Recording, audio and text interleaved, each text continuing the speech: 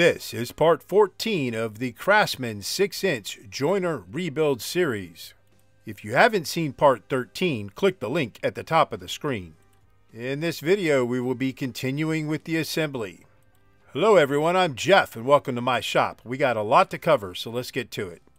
Continuing from part 13, we are working on the front table assembly, and here we're just going to lube up the table itself, all those milled surfaces. Then we'll lubricate the milled surfaces on the upper dovetails and the dovetail spacers.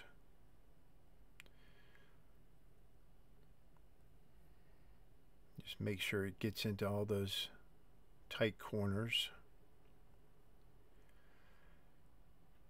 And then we'll go ahead and install them. So they get the screw, they get a lock washer. So, and again, the lube that I'm using is Super Lube. Love that stuff.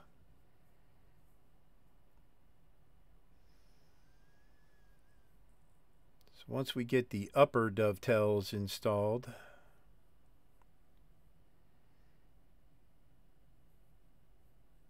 and I'm just trying to find something that's going to fit in there. The clearance between the head of the screw and the cutout in the dovetail is really tight. Then we can install the spacers.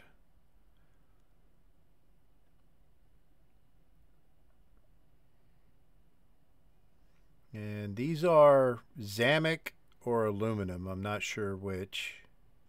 Then we will lube the lower dovetails.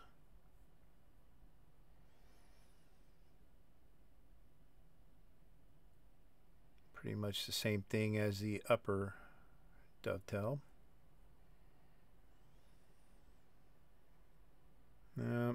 Just trying to figure out the orientation. There we go.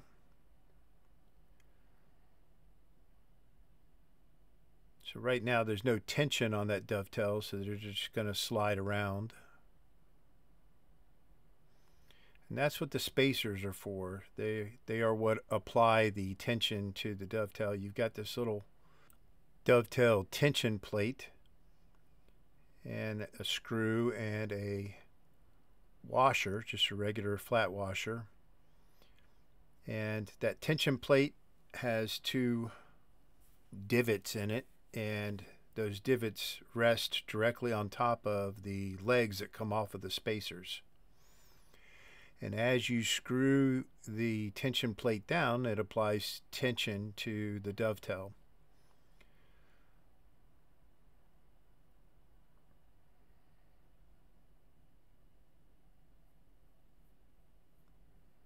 So we'll tighten those down a little bit and then probably back them off. Now if you go all the way down flush, you're going to bend that tension plate, which is not a big deal. You can pull it back off and hit it with a hammer and get it so it's not bent anymore. But either way, you want them to apply enough tension that the dovetails are not sloppy.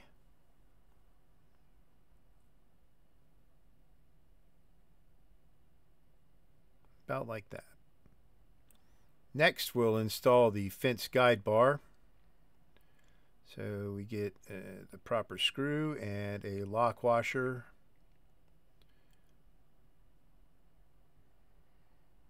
And start those through the table.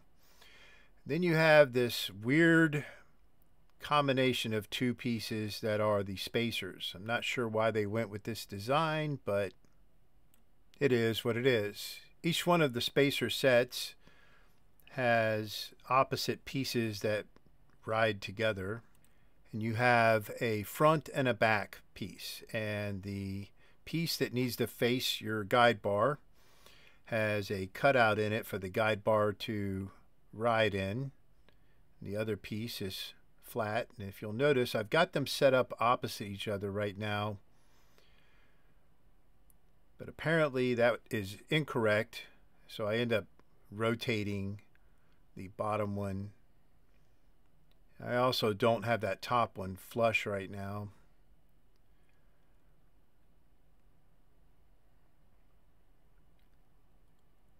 So here I rotate it and then I tighten them back down and I flush them up.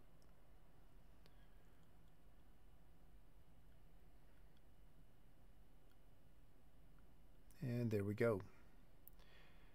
So next we're going to just lube the rest of the front table and the rear table on that outside milled surface area.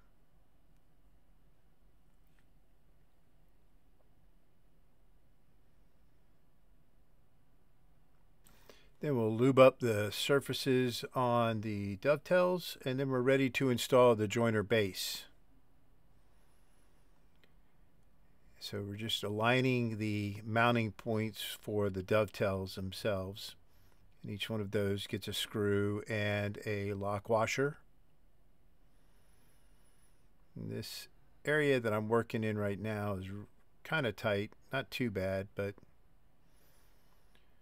not a problem.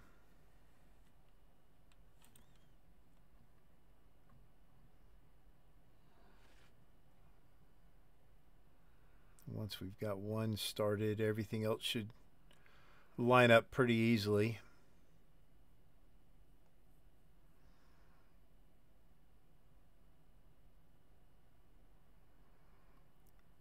There we go. Next we have the linkage and the table elevation screw. And if you recall, each end of that linkage is a little different. The end with two holes on it is on the right hand side. So just make sure you've got it oriented like I have here. And then it gets locked down with a screw and a lock washer. There's some play there, so kind of try to align that in the center as best as possible. And then you've got the screw. Now one end of that screw has a longer shaft than the other, and the shorter shaft has a flat milled on it for the set screw for the hand wheel, so just make sure you put it in correctly. I don't think you can get it in the other way because it's not threaded all the way, but who knows, somebody will probably figure out a way to do that.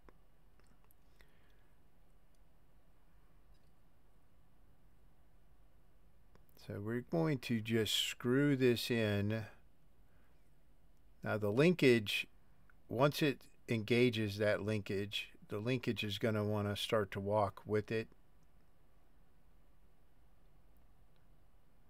And we've got a hole milled in that part of the base there that shaft is going to poke through.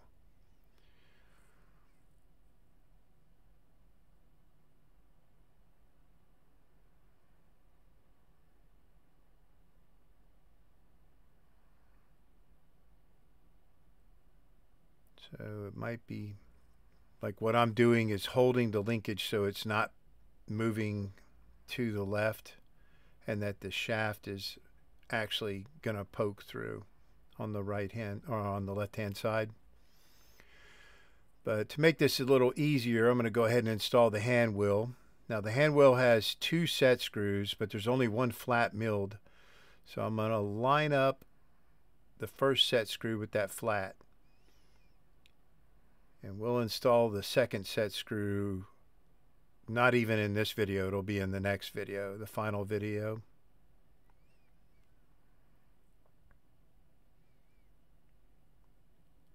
So you can see there's no tension or nothing holding the shaft inside the base right now. So if you unscrew it, it's going to want to walk right out.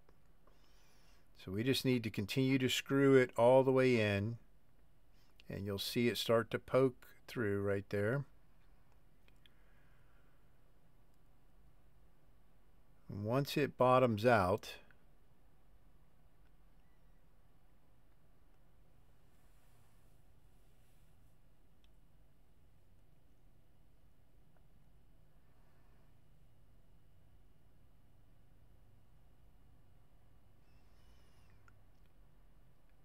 Then we can install the collar.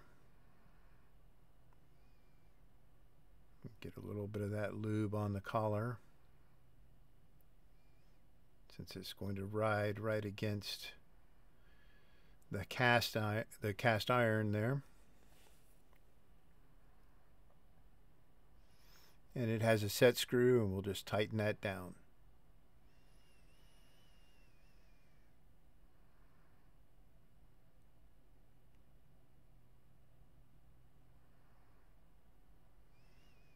So now when we manipulate the hand wheel, that should raise or lower the table.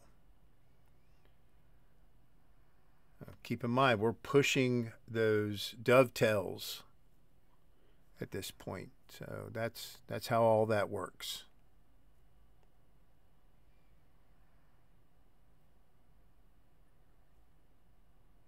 So next we're going to install the depth of cut indicator or pointer.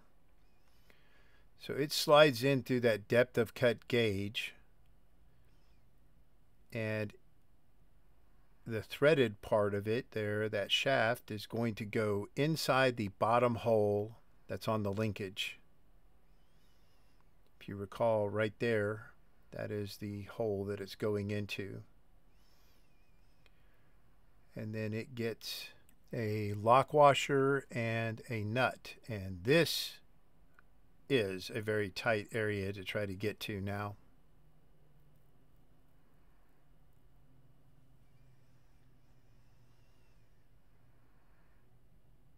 I'm like trying to figure out how I'm going to do this. It took me a minute or two. The other thing to keep in mind is, even though the pointer or indicator has a hexagonal shaft, it can rotate. And so you're going to have to hold the pointer level with the indicators on the outside of the body when you tighten it down. See how it just rotated?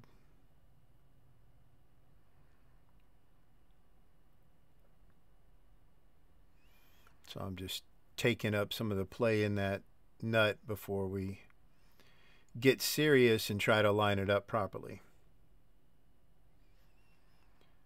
So once we've got it lined up, we just tighten it down.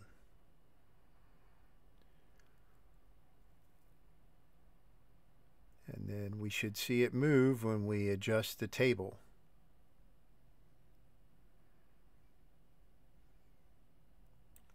Okay, so next we're going to install the cutting head leveling studs. So these just screw in, one on each side. And you'll see how this all works in a minute. Now we're going to go ahead and install one of the bearing brackets to the short side of the cutting head, side that has that little cutout in it for the retaining ring. So we'll lube up the side that's going to face towards the cutting head, that milled area. And a little on the top.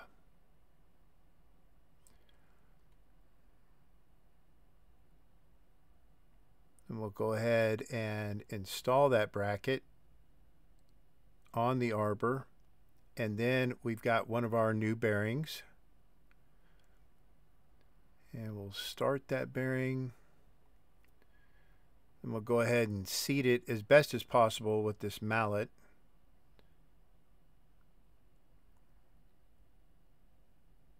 Make sure that the head of your mallet is as big as the bearing, otherwise you might hit the shielding on the bearing and crush it, which will definitely screw up the bearing's operation.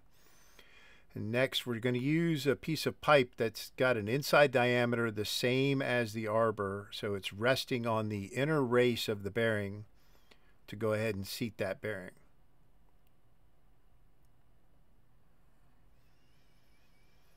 Now these bearings sit somewhat loose inside that bearing bracket, so that's not a huge issue. And then we're going to go ahead and install the retaining ring. And you'll notice there's going to be some play on this end, like where the retaining ring sits and where the bearing is. There's almost a whole 1/4 of an inch there. That's fine. That's not going to be an issue. So back over at the base, we're going to go ahead and lube up all the milled surfaces that the bearing bracket is going to ride on.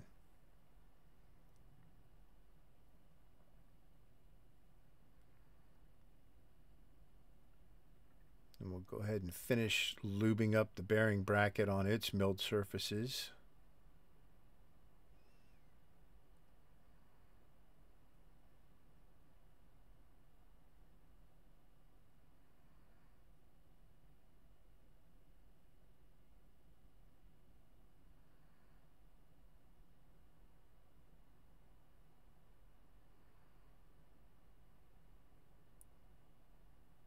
And then we'll install the leveling screw. This goes on the bottom of the bracket. And there's no lock washer or anything like that. Basically, this screw head just balances on that leveling stud that we installed earlier. And that's how you raise and lower the cutting head. So holding it in place, you get 2 screws. They get a lock washer and then a flat washer and then an external lock washer.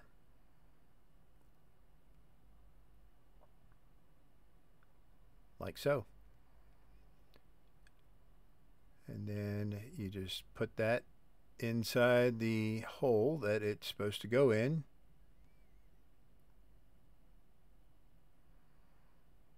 We'll be making adjustments to all this later, but for now we're just getting it all together.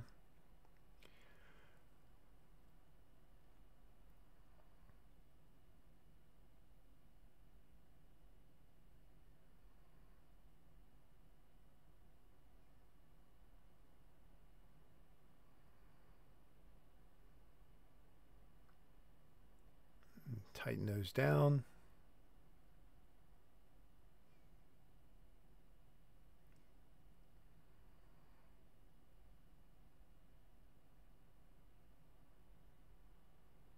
Good to go. So here we are on the other side now. We're just going to do basically the exact same thing and lube up all these milled surfaces. And I'm not paying attention. So apparently I left the masking on there. So let's get that off of there.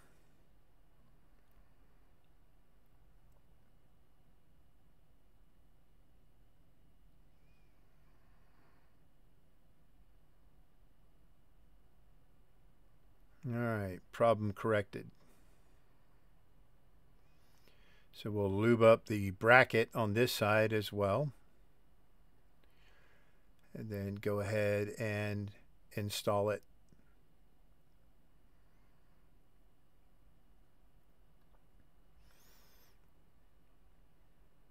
So at this point,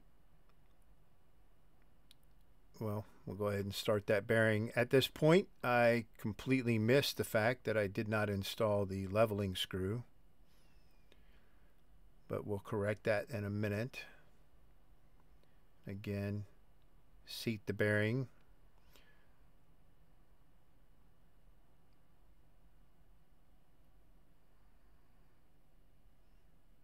Whatever you use, just make sure it's riding on the inner race or the outer race of the bearing.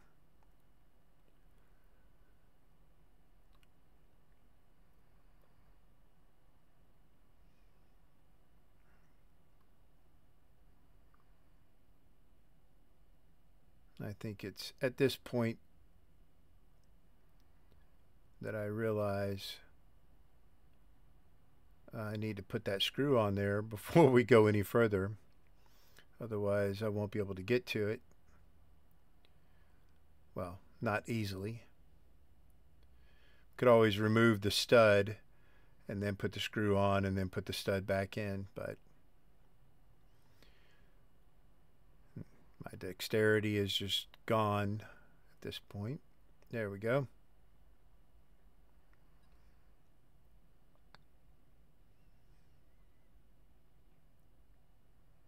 Now we'll seat that bearing completely. And then we'll install the lockdown screws just like we did on the other side. So getting the cutting head level is not the point right now.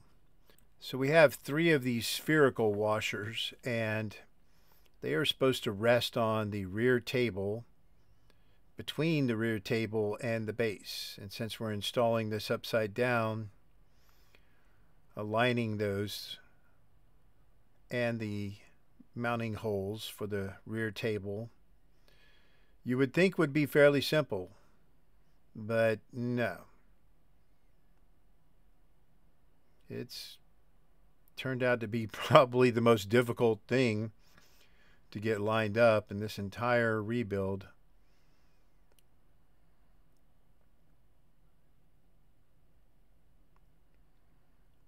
But I mess with it here and continue to work on it until I got them all lined up properly. So then you insert the leveling studs, which are like a threaded insert.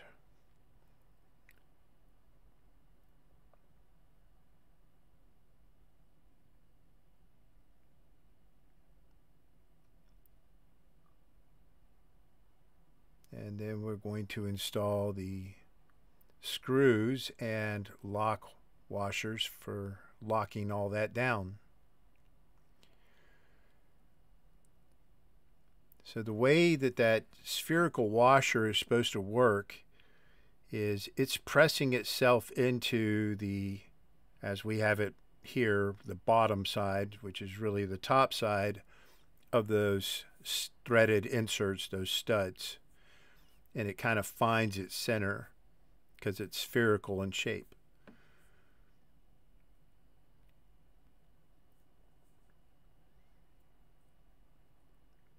And for some reason, even when I level all this later on in the next video, there's a fairly sizable gap for that back screw. But we're just getting everything put together right now. We'll worry about leveling all that stuff in the next video. So next we're going to go ahead and apply the lubrication to the milled surfaces on the bottom of the base, and then we can install the feet. So obviously there's a front and a rear foot, and just make sure you're installing them correctly. I don't think you could get them mixed up, but who knows? I'm sure somebody will find a way.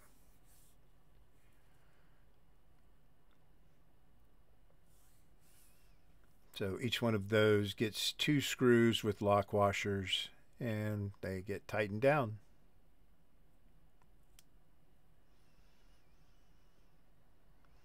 Next, we're going to go ahead and install the motor mount to the base of the motor.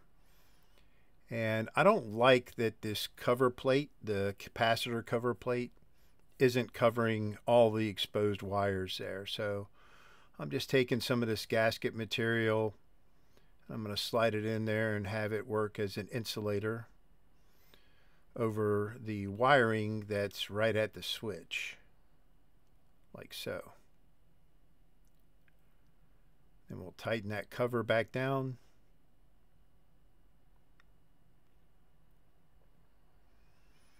And then we can install the motor mount. So we need to flip it over. There we go. And we're just going to center the motor on this mount. There's obviously meant to be a lot of play there, but just getting it center should be fairly fairly close to where we need it to be, and we can move it around a little bit more by shifting the column mount. So as long as we've got it locked in place, we'll be good. So 4 screws with square head screws with the washers, oversized washers, and square nuts. And then we've got these 2 longer square head screws, and those are what mount the collar or the column mount to the motor mount. We'll set that aside, and that's going to wrap up this video. Hope you enjoyed it. If you did, please like and subscribe. The next video should be the final video where we finish assembly and then align everything up and get it ready to roll. I should mention that I started a subreddit, and I'll link that in the bottom description. As always, I appreciate the support, and I will see you next time.